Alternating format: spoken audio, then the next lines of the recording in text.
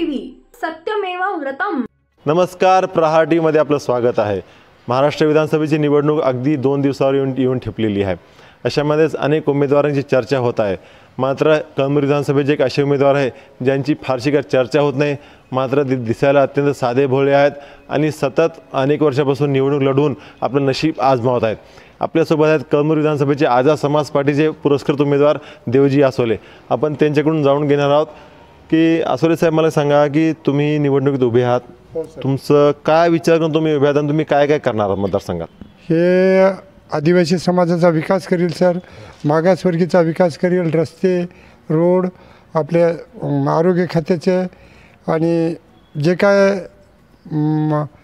आपल्या अडीअडचणी असतील त्यांच्या अडीअडचणी सोडवतील। तसेच बांगर साहेब हे सतत मागासवर्गीय पैशाची लूट करून मतं फोडण्याच्या प्रयत्नात करीत आहेत आणि ते या मतदारसंघाचे नाहीत, ते रहिवासी हिंगोलीचे आहेत सर। दुसरी गोष्ट, संतोष बांगर, संतोष टारफे हे पण हिंगोली मतदारसंघातलेच आहेत सर।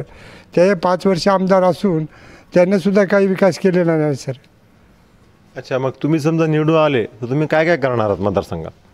मतदारसंघात शासनाच्या धोरणाप्रमाणे हे रोड, तुमच्या पाण्याची सुविधा आणि गावोगाव लाईटची सोय, लाईट बरोबर येत नाहीत, बरोबर राहत नाहीत, हे सर्व याच्याकडे लक्ष घाली सर। आपल्यासोबत आझाद समाज पार्टीचे प्रदेश सचिव रावण धाबे आहेत। आपण त्यांच्याकडून जाणून घेणार आहोत की त्यांनी उमेदवार जे दिलेत मतदारसंघामध्ये दिलेत ते काय विचार करून दिले आणि त्यांचं पुढचं काय प्लॅन आहे? कळमनुरी विधानसभेचा जर विचार केला तर या विधानसभेमध्ये अनुसूचित जमाती, अनुसूचित जाती, OBC या मतदारांची संख्या जास्त आहे आणि या मतदारसंघाची जर पार्श्वभूमी जर पाहिली आपण तर या मतदारसंघानं OBC असू द्या, आदिवासी असू द्या, अशा मागास उमेदवारांना संधी दिलेली आहे।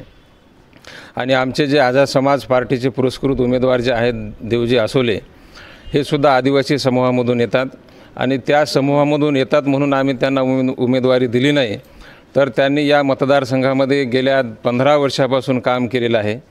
त्यांच्या भागामध्ये रस्ते असू द्या, वीज समस्या, सिंचनाची सुविधा, आणखीन त्याचबरोबर आरोग्य सुविधा, शालेय शिक्षणाची व्यवस्था या संदर्भात त्यांनी सतत आवाज उठवण्याचं त्यांनी काम केलेलं आहे। आणि अशा या मतदारसंघाचा जर आपण सर्व एकंदरीत जर विचार केला तर जसं आज उमेदवारांनी आता सांगितलं त्यानुसार संतोष बांगर हे हिंगोलीचे आहेत, त्याचबरोबर संतोष टारफेसुद्धा हिंगोलीचे आहेत। या दोघांचाही या मतदारसंघाशी काळी मात्र संबंध नाही, फक्त या गोरगरीब मतदारांना पैशाचा आमिष दाखवून किंवा मी तुमच्या समाजाचा अशा भूलथापा देऊन या लोकांचं मतदान तर घ्यायचं, परंतु त्यांचं कोणतंही काम करायचं नाही। संतोष टारफे यांना 5 वर्ष संधी दिली, संतोष बांगर यांनासुद्धा 5 वर्ष संधी दिली, परंतु या दोन्ही आजी माजी आमदारांनी या मतदारसंघातील लोकांच्या समस्या जाणून घेतल्या नाही। 2 दिवसापूर्वी आम्ही या मतदारसंघाचा संपूर्ण दौरा केला। यामध्ये ढेगळ, सिद्धेश्वर या भागामध्ये, त्याचबरोबर हे आमचे उमेदवार आहेत खापरखेडा या भागामध्ये आजपर्यंत एकही रस्ता झालेला नाही। तर या संतोष बांगरनी काय केलं आजपर्यंत? फक्त पैशाचं आणि गुंडगिरीचं राजकारण या मतदारसंघात केलेलं आहे। आणि अशा परिस्थितीमध्ये आपल्या घरचा माणूस, आपल्या मतदारसंघातील माणूस, आपल्या रक्ताचा माणूस, आपल्या समस्या जाणून घेणारा माणूस, या माणसाला जर आपण मतदान केलं आणि या माणसाला जर निवडून दिलं तर निश्चितच आमचा उमेदवार मतदारांना धोका देणार नाही, या मतदारसंघाला धोका देणार नाही, अशी आशा आम्ही या ठिकाणी व्यक्त करतो। आपल्यासोबत आझाद समाज पार्टीचे जिल्हाध्यक्ष अभिजित खंदारे आहेत। आपण त्यांच्याकडून जाणून घेणार आहोत त्यांचे काय प्लॅन्स आहेत? नमस्कार। विधानसभा 2024च्या सार्वत्रिक निवडणुकी संदर्भात मराठवाड्यातील बहुचर्चित विधानसभा म्हणजे कळमनुरी विधानसभा ही आहे। कळमनुरी विधानसभा ही आदिवासी, SC ST OBCच्या समाजातील लोकांचा बहुसंख्यक म्हणून या ठिकाणी त्यांची गणना केली जाते। या ठिकाणी यापूर्वी राजूजी सातव यांनी, स्वर्गीय राजू सातव यांनी या विधानसभेचं प्रतिनिधित्व केलं, त्यानंतर डॉक्टर संतोष टारफे यांनी केलं आणि आजता जे सध्याचे आमदार आहेत संतोष बांगर हे सुद्धा या ठिकाणी 5 वर्षे त्यांनीसुद्धा कार्यकाळ पूर्ण केलेला आहे। परंतु या एकंदरीत विचार केला तर या कळमनुरी विधानसभेमध्ये कुठल्याही प्रकारचा विकास झालेला दिसून येत नाही। या कळमनुरी विधानसभेमध्ये मोठ्या प्रमाणात अवैध धंदे, मोठ्या प्रमाणात जे काय हप्ती वसुलीचे जे कामं आहेत या ठिकाणी या जे काही स्थानिकचे सध्याचे आमदार आहेत त्यांच्या वरदहस्ताने या ठिकाणी होत आहे. आम्ही या विधानसभेचा पूर्ण मागोवा घेतला. पूर्ण आम्ही या ठिकाणी प्रचार करत असताना फिरलो तर या ठिकाणी 90% जे रस्ते आहेत जे की आदिवासी गावाला जोडण्यात आलेले नाहीत किंवा रस्ते पूर्ण झालेले नाहीत व ही याचा कुठंतरी बदल व्हावा आणि या ठिकाणी एकतरी ज्याला गरिबीची जाणीव आहे, ज्यानं म्हणजे जातीचे जे चटके सोसलेले आहेत, म्हणून या ठिकाणी देवजी आसोले मामा यांची आम्ही या ठिकाणी पुरस्कृत उमेदवार म्हणून या ठिकाणी त्यांची या ठिकाणी निवड केली आणि त्यांना आम्ही पाठिंबा दिलेला आहे. व पुन्हा ताकदीनिशी आझाद समाज पार्टीचे कार्यकर्ते व सर्व बहुजन समाजातील कार्यकर्ते जे फुले शाहू आंबेडकरांचा महाराष्ट्र घडवू इच्छितात हे सर्व त्यांच्या पाठीचे आहेत आणि निश्चितपणे आम्हाला विश्वास आहे की देवजी आसोले हे या ठिकाणी प्रचंड बहुमताने विजयी होतील. उमेदवारांच्या भावगर्दीमध्ये असा साधा भला उमेदवार जे आहे, आपण आपल्यासोबत आणखी एक आझाद समाज पार्टीचे आहेत, आपण त्याच्याकडून जाणून घेऊयात. सर्वप्रथम आपला परिचय द्या आणि आपली काय भूमिका राहणार, कारण आपल्याला कळमनुरी मतदारसंघातले आहात. मी advocate Satish Pandit.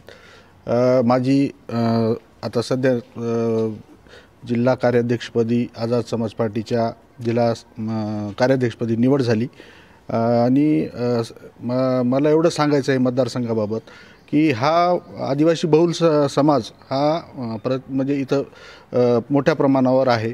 S C समाज आहे आणि मागासवर्गीय मतदारसंघ म्हणून कळमनुरीची ओळख फार पूर्वीपासून आलेली आहे.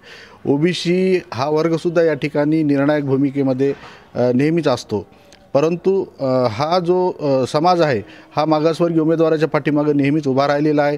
त्याचं प्रतिनिधित्वसुद्धा मागासवर्गीय आमदारांनीच केलेलं आहे. असं असतानाही सर्व समाजाचं जे हित आणि मतदारसंघाचं जे हित व्हायला पाहिजे, अद्याप कोणत्याही आमदाराने हे जे स्वप्न आहे, काही निवडक आमदार जर सोडले तर त्या ठिकाणी कोणीही त्याची पूर्तता अद्याप करू शकलेलं नाही. म्हणून यावेळेस आझाद समाज पार्टीतर्फे जे आमचे उमेदवार आहेत त्यांची जी आता भूमिका आपण ऐकलेली आहे, तर त्या भूमिकेच्या पाठीमागं सर्व मतदार बंधू भगिनींनी कळमनुरीतील उभं राहावं आणि त्यांना प्रचंड बहुमतानं निवडून द्यावं अशी या ठिकाणी आमची आपणाला नम्र विनंती आहे.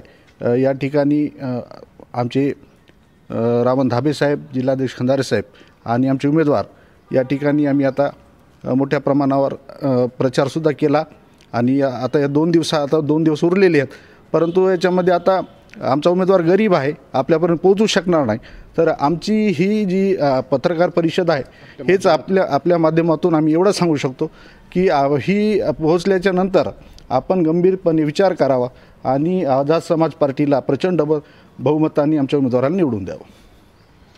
तर हे होते आझाद समाज पार्टीचे उमेदवार तथा पदाधिकारी यांनी आझाद समाज पार्टीच्या उमेदवारांना निवडून द्यावं असं या ठिकाणी आवाहन केलेलं आहे. कन्हैया खंडेलवाल, प्रहार TV, कळमनुरी.